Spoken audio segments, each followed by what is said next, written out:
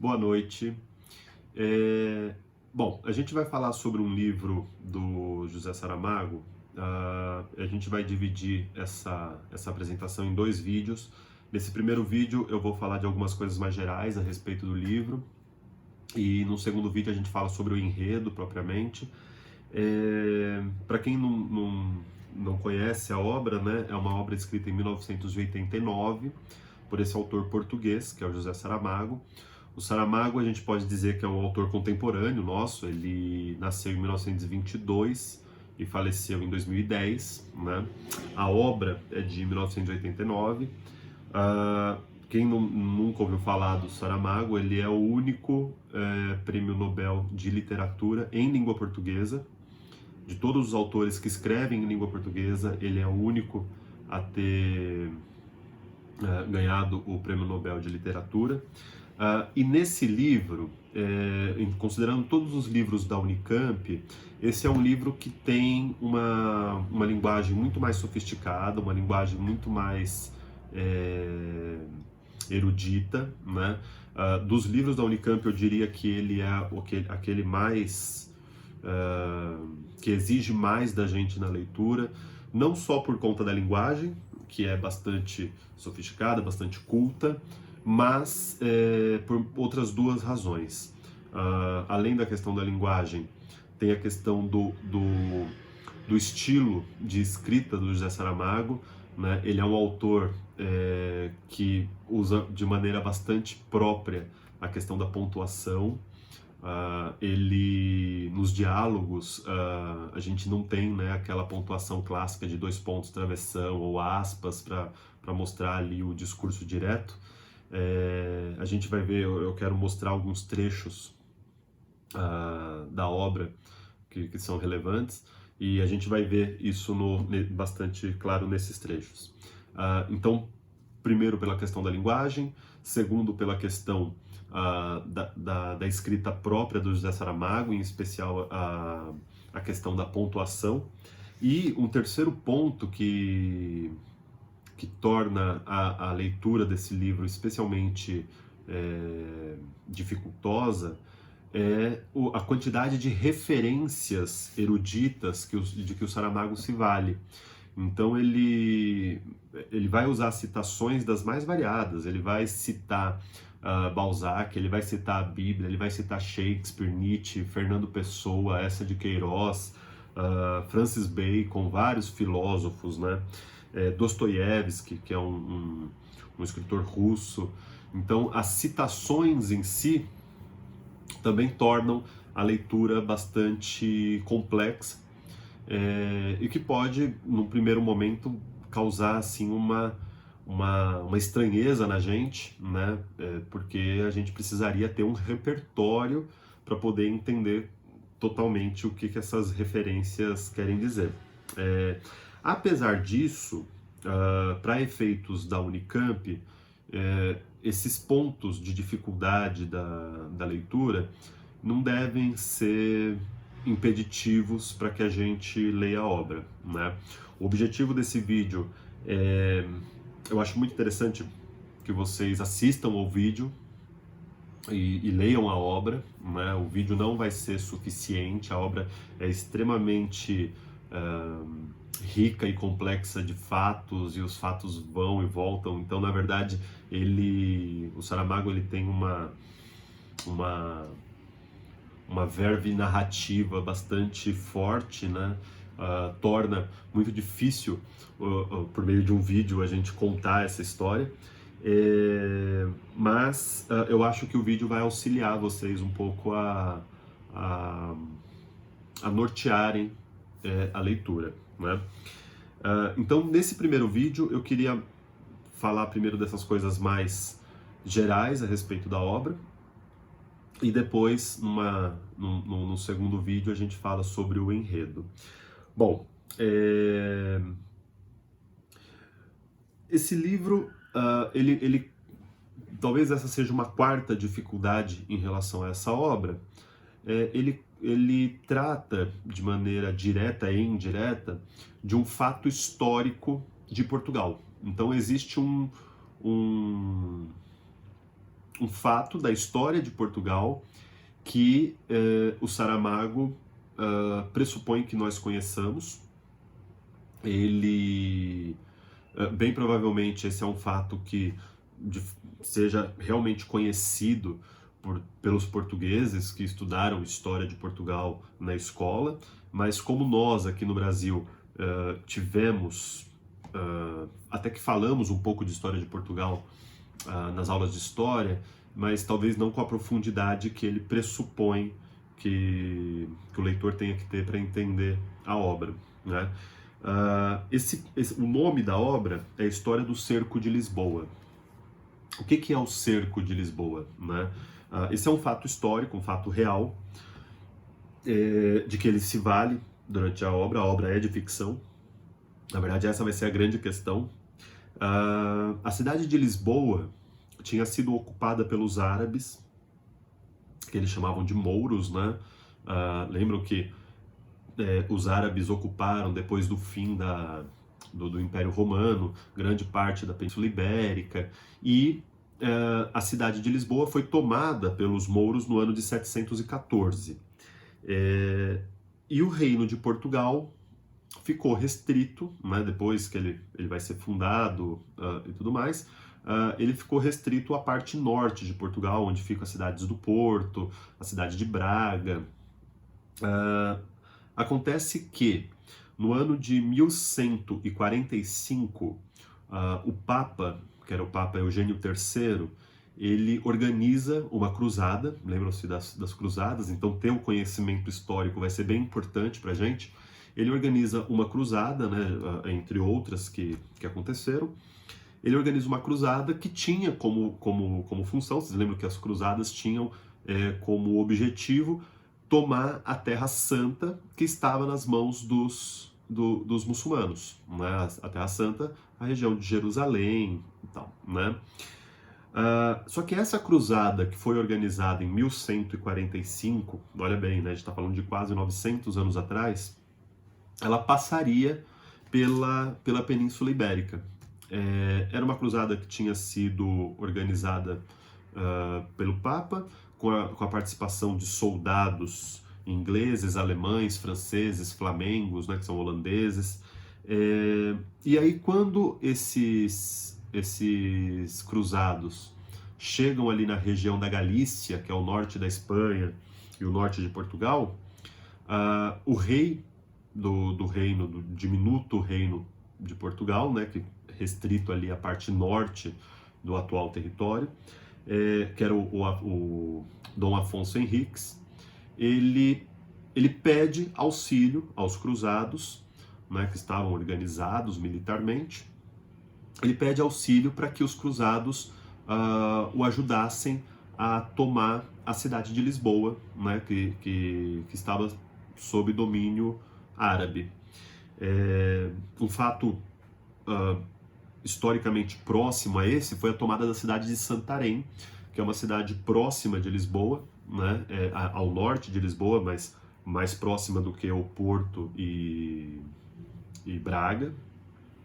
A tomada de Santarém, que também estava sob domínio dos mouros e que tinha sido tomada pelos portugueses sem o auxílio dos cruzados. E a história conta que os cruzados aceitam auxiliar os portugueses na tomada da cidade de Lisboa. Eles cercam a cidade e eles tomam a cidade 2 anos depois, em 1147, depois de um embate muito sangrento, em que ocorre um verdadeiro massacre entre tanto de portugueses quanto de árabes, né? E eles retomam a cidade e quase 100 anos depois, Lisboa passa a ser capital do reino português. Esse é um fato histórico, né? O José Saramago, ele começa essa obra pressupondo que nós conheçamos esse fato, pressupondo que já seja de conhecimento de todos os leitores e, para quem não conhece, como eu não conhecia, pelo menos não nesses detalhes, a gente vai, aos poucos, tendo contato com os fatos históricos. A obra começa com um diálogo, então guardem essa informação, né, de que houve esse fato histórico, ele vai ser importantíssimo, ele vai perpassar a obra inteira, e a obra começa com um diálogo entre um revisor de textos, isso no Portugal dos dias de hoje, na cidade de Lisboa, mas na cidade de Lisboa atual, né? Então começa com um diálogo entre um revisor de textos e um escritor, né? Acontece que esse escritor tinha produzido uma obra, uma das centenas de obras que contam, ele era um historiador, isso é importante, uma das centenas de obras que conta a história do Cerco de Lisboa, e esse revisor está encarregado de revisar esse texto, né? Tentando localizar ali possíveis problemas de coerência, problemas de construção gramatical, ou de erros ortográficos e tudo mais. Esse é o papel do revisor. E o primeiro capítulo do livro, do José Saramago, é justamente um diálogo. A gente começa a ler, a gente não sabe exatamente o que está acontecendo, mas é exatamente um diálogo entre o historiador que escreveu essa obra e esse revisor, que vai ser o protagonista desse livro. Nesse primeiro capítulo a gente não sabe o nome desse revisor, o capítulo todo é feito de diálogo, do diálogo entre esses dois. Depois esse revisor vai ser apresentado, né? Ele se chama Raimundo Silva, e o diálogo, o teor do diálogo deles vai no sentido de eles começam discutindo a respeito de um símbolo que é utilizado pelos revisores, que é o deleatur, que em latim é aquilo que deve ser suprimido, aquilo que deve ser apagado, e várias reflexões a partir desse símbolo. E aí, em determinado momento desse diálogo inicial da obra, eles começam a discutir sobre o que é literatura e o que é história. E há um trecho muito interessante, que inclusive caiu numa questão da Unicamp recentemente, que era esse daqui, que diz: tudo quanto não for vida é literatura. Quem está falando aqui é o Raimundo, é o revisor, o nosso protagonista. Por enquanto a gente não sabe que ele é o protagonista. Então ele diz: tudo quanto não for vida é literatura. Aí o escritor, né, o historiador responde: percebam como é feito o diálogo. O diálogo no Saramago não é feito, como eu disse, por meio da pontuação, aquela pontuação típica de travessão, dois pontos ou aspas, né, que marca o discurso direto, mas é feito dessa maneira. Ele marca simplesmente uma vírgula e uma letra maiúscula para mostrar que é o outro personagem, o interlocutor que está falando, que houve uma mudança do turno da fala. Então, num primeiro momento, isso causa uma estranheza na gente, porque você fala, nossa, fica muito difícil ver quem está falando e tal. Mas depois a gente se habitua a isso, né? Então, o trecho diz o seguinte: tudo quanto não for vida é literatura. A história também, a história sobretudo, sem querer ofender. E a pintura, e a música? A música anda a resistir desde que nasceu. Ora vai, ora vem, quer livrar-se da palavra, suponho que por inveja, mas regressa sempre à obediência. E a pintura? Ora, a pintura não é mais do que literatura feita com pincéis. Bom, esse é um trecho que parece, né, extremamente abstrato, mas o cerne da obra está aqui. O que ele está dizendo? Ele está dizendo que tudo que não é vida é literatura. E aí o historiador fala, mas mesmo a história é literatura? E ele fala, sim, mesmo a história é literatura. Isso vai fazer todo sentido no decorrer da obra, porque ele vai fazer uma crítica sobre a narrativa histórica. O ponto central dessa obra é mostrar como as narrativas históricas, dos fatos históricos, né, tal qual eles chegam para a gente, são romanceados. Eles não são reais, eles são são reais, sim, mas não são fiéis à realidade. Então, em vários momentos, o Saramago mostra pra gente como que os eventos históricos chegaram até nós, como que a gente aprende esses eventos históricos, mas que em determinados momentos parece inverossímil. A gente pode trazer esse tipo de discussão para a história do Brasil, para ficar um pouquinho mais visível para a gente. Quando a gente fala da Declaração de Independência do Brasil, e aí a gente vê quadros que representam Dom Pedro num cavalo, ali às margens do Ipiranga e tudo mais, a gente sabe que, na verdade, aquilo ali é uma versão edulcorada, uma versão romanceada, uma versão mais tornada mais heróica, justamente porque era um momento que precisava se tornar heróico, né?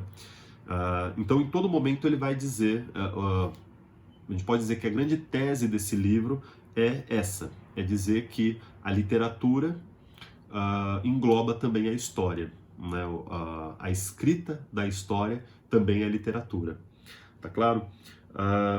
Então, nessa conversa entre o revisor e o historiador, o revisor que é o Raimundo Silva, o historiador a gente não sabe quem é, ele não é nomeado na obra, acontece essa primeira discussão que é central, tá? Então, a grande tese do livro já é anunciada logo no primeiro capítulo, nas primeiras páginas. Na sequência, eles continuam conversando, né? E o Raimundo ele já leu brevemente ali a obra, e o historiador pergunta para ele se ele gostou daquela obra, o que ele achou, que avaliação ele tem, e aí a resposta do Raimundo Silva, o revisor, é essa: gosto, e ainda mal acabou de ser dita, já está fria. A palavra dele, a resposta. Em 437 páginas não se encontrou um fato novo, uma interpretação polêmica, um documento inédito, sequer uma releitura.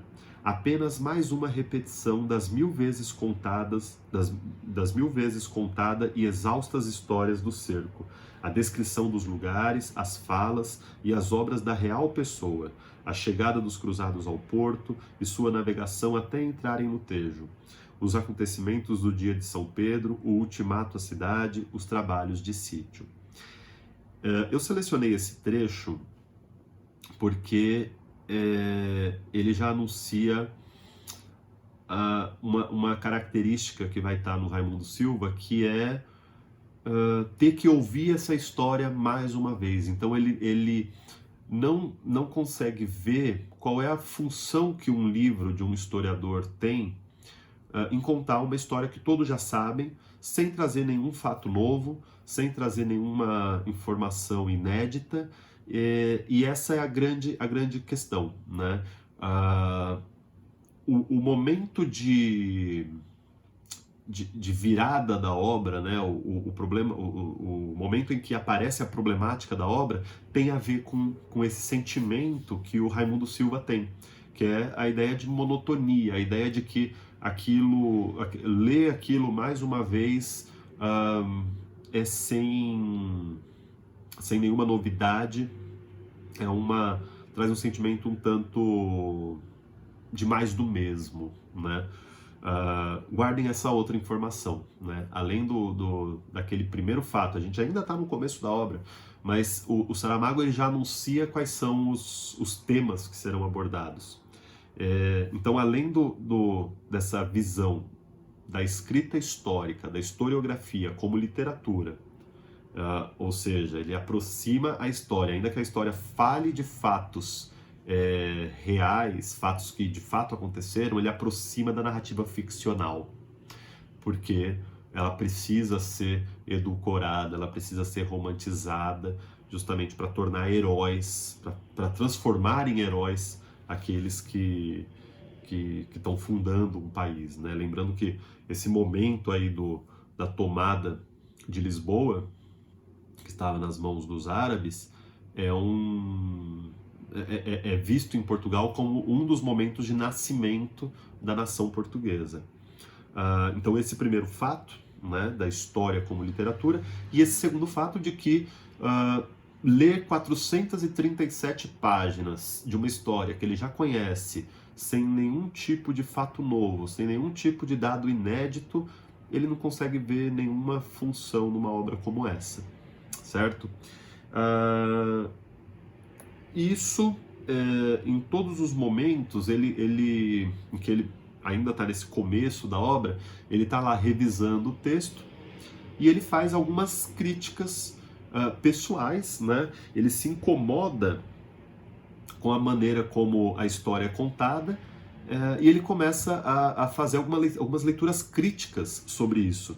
Então tem um outro trecho aqui que é o seguinte, né? O rei, que era Dom Afonso Henriques, ele faz um discurso, né? Então a gente conhece esses discursos históricos que são extremamente grandiosos, que são usam uma linguagem sofisticada, porque afinal de contas é necessário que